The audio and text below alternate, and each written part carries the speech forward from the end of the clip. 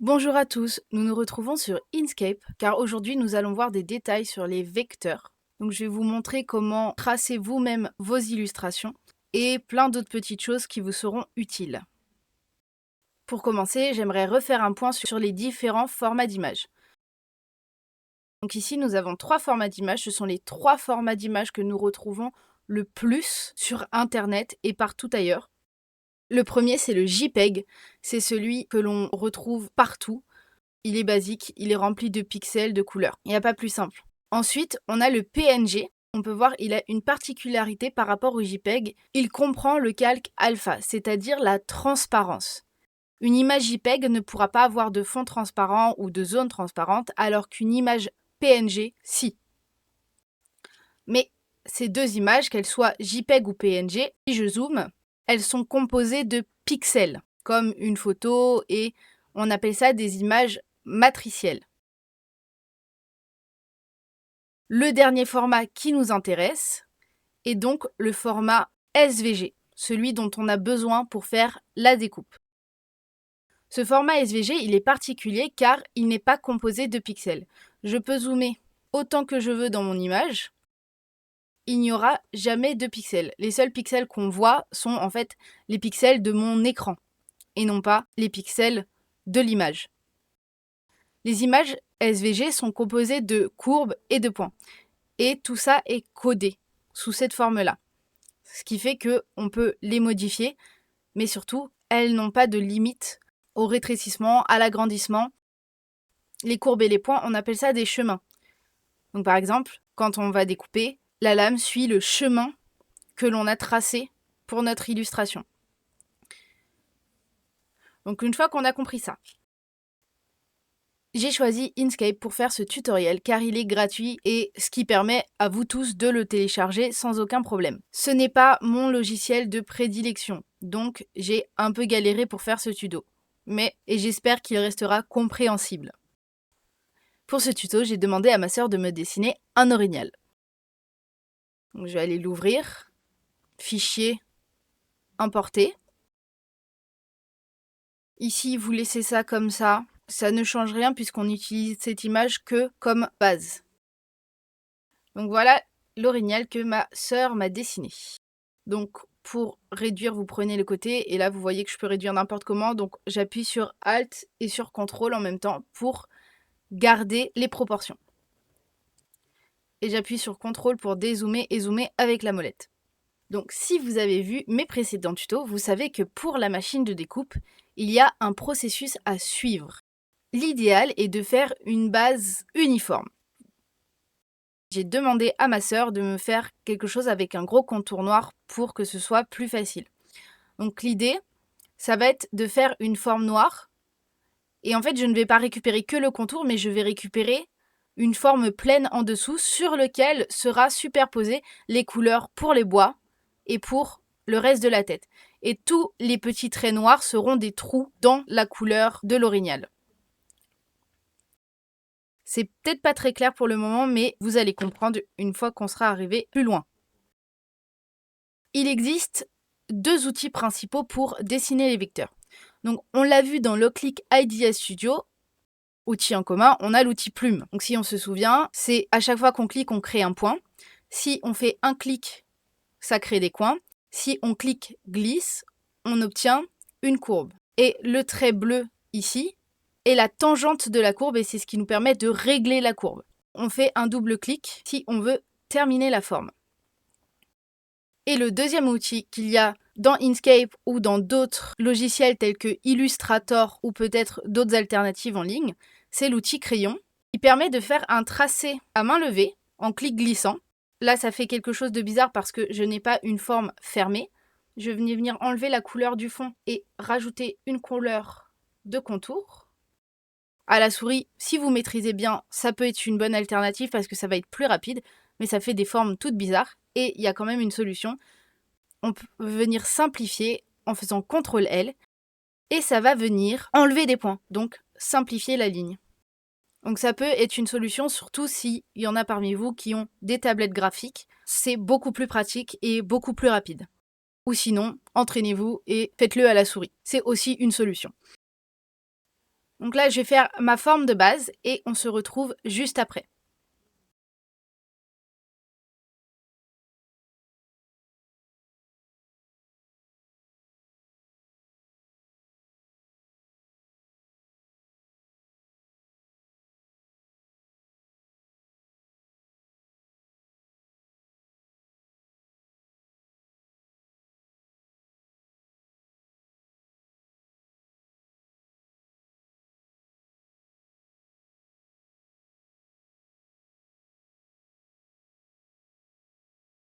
Nous voilà avec notre forme complète. Donc là, j'ai que des contours.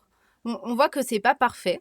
De la même manière que pour le nettoyage, je viens prendre cet outil-là qui me permet de sélectionner chaque point. Et il y a plein d'options en haut qui vont vous permettre d'améliorer vos courbes.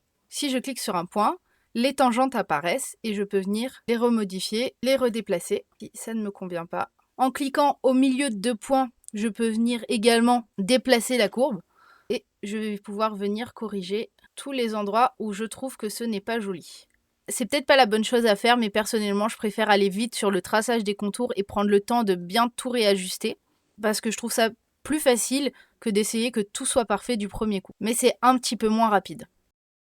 Là, par exemple, ici, je suis face à un point en forme de coin et je veux le passer en point courbe. Je viens cliquer ici là-haut et hop, je le transformer en point courbe.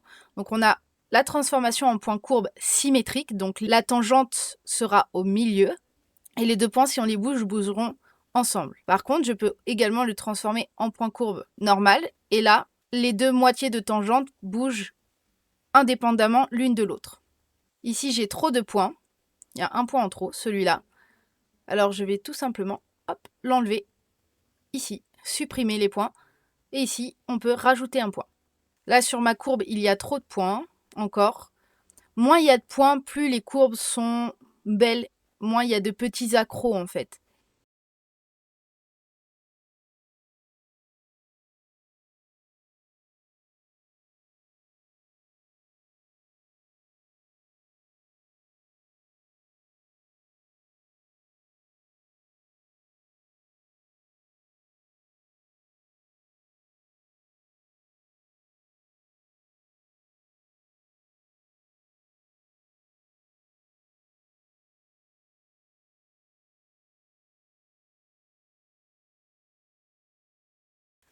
Et voilà, le nettoyage est terminé.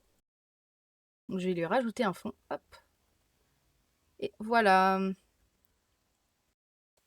Bon, maintenant, il faut passer aux formes internes. Je vais pas vous mentir, ça a quand même été un petit peu long de faire déjà tout le tour. Et encore, je maîtrise. Donc je ne vais pas m'amuser à refaire exactement le même processus pour tout l'intérieur, ça va me prendre des plombes. Donc il y a quelques alternatives. Je vais commencer par dupliquer la forme que je viens de faire. Un simple CTRL-C, CTRL-V. Comme ma tête et les bois ne seront pas de la même couleur, il faut que je les sépare.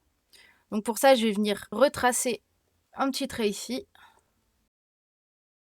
Et sur le même principe que le Pathfinder, qu'on a vu dans la vidéo de mise à jour de Lockleak, je vais venir sélectionner mes trois formes et dans chemin, il y a une option qui s'appelle fracturer.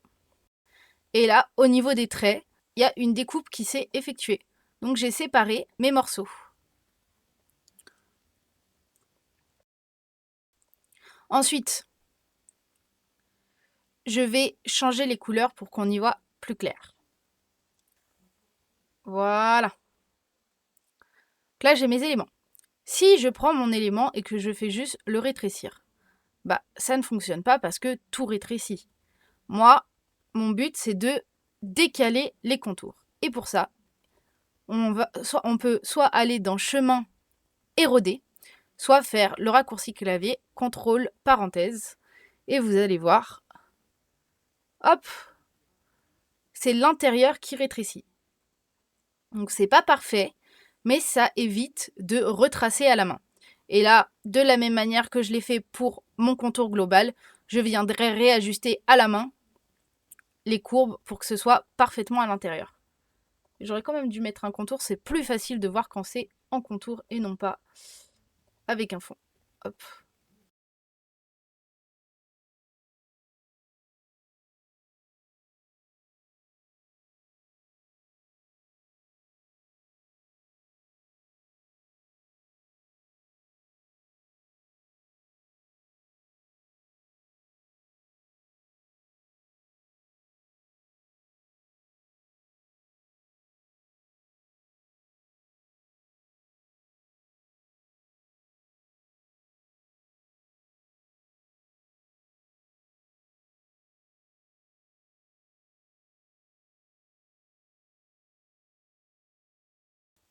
Ça a été tout un travail.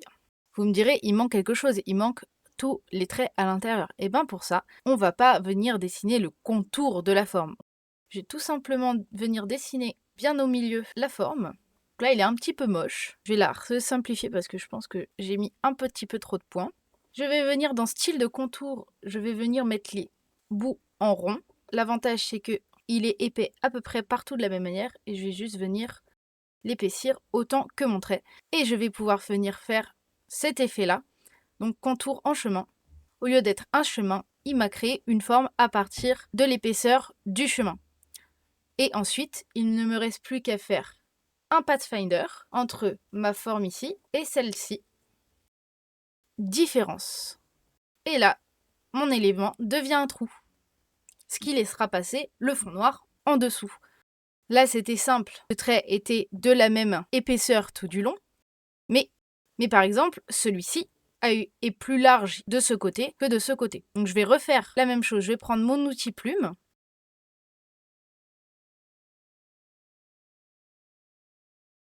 Le trait qu'on va faire peut dépasser. Et je vais aller dans chemin, effet de chemin. On clique sur la petite flèche et je vais faire contour dynamique. Et des petits points sont apparus qui vont me permettre d'élargir ou de rétrécir certaines zones.